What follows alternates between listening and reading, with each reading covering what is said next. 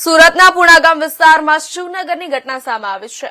Sports બાઇકના કારણે શહેરમાં વધુ 2 વ્યક્તિના જીવ ગયા છે। સ્પોર્ટ્સ બાઇક લઈને ઓવરસ્પીડના કારણે અકસ્માત સર્જાયો હતો। બીઆરટીએસ રૂટમાં બાઇક ચાલકનો અકસ્માત થયો। રંગ અવધૂત સોસાયટીથી રેશમા 4 રસ્તા તરફ જતા રોડ પર શિવનગર નજીક બીઆરટીએસ રૂટમાં અકસ્માત સર્જાયો। કેટીએમ સ્પોર્ટ્સ બાઇક પર 2 યુવકો હતા। સ્પોર્ટ્સ બાઇક ચાલક અને તેના મિત્રનું ઘટનાસ્થળે જ મોત નીપજ્યું। બાઇક ઝાડ સાથે અથડાતા અકસ્માત થયો હોવાની શંકા સેવાઈ રહી છે। પૂણા પોલીસ કાફલો ઘટનાસ્થળે પહોંચી તપાસ શરૂ કરી। સ્પોર્ટ્સ બાઇક ચાલક ફૂલ સ્પીડમાં બાઇક લઈને જઈ રહ્યો હતો।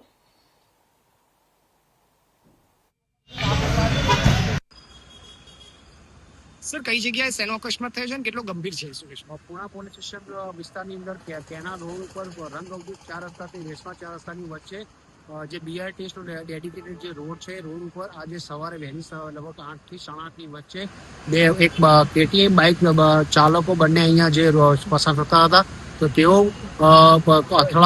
હાલમાં પ્રાથમિક દ્રષ્ટિએ અથડાવાના કારણે બનાવ બનેલું જણાઈ આવે છે। અને આ બાબતે વિગતે જે ખરેખર એકચ્યુઅલમાં શું બનાવ બને છે એમાં અમારી ટીમ સીસીટીવી સર્વેલન્સ લાગેલું છે। અને બીજું, આ બાબત જે રોડ પર જે અકસ્માતનો બનાવ બને છે, તો બંને બાઇક ચાલક સવારોએ હેલ્મેટ પહેરેલું નહોતું અને ઓવર સ્પીડ હોવાનું પણ જણાઈ આવે છે। જેથી મારી તમામ જે 2 વ્હીલ ચાલકો એની ખાસ વિનંતી છે કે તમે રોડ ઉપર ચાલો તો જે રોડની જે સ્પીડની મર્યાદા છે તે મર્યાદામાં રહો અને હેલ્મેટ ફરજિયાત પહેરવું જોઈએ। સર, સ્પોર્ટ બાઇક જોવા મળી છે અને આવી સ્પોર્ટ બાઇકના અકસ્માતો વધી રહ્યા છે, કેટલું ગંભીર કહેવાય? જે કેટીએમ જે સ્પોર્ટ બાઇક જે અમારા જે ચાલકો વાપરેલું છે, તો સ્પોર્ટ બાઇકની અંદર પણ એની એક મર્યાદા હોય છે, સ્પીડ લિમિટ।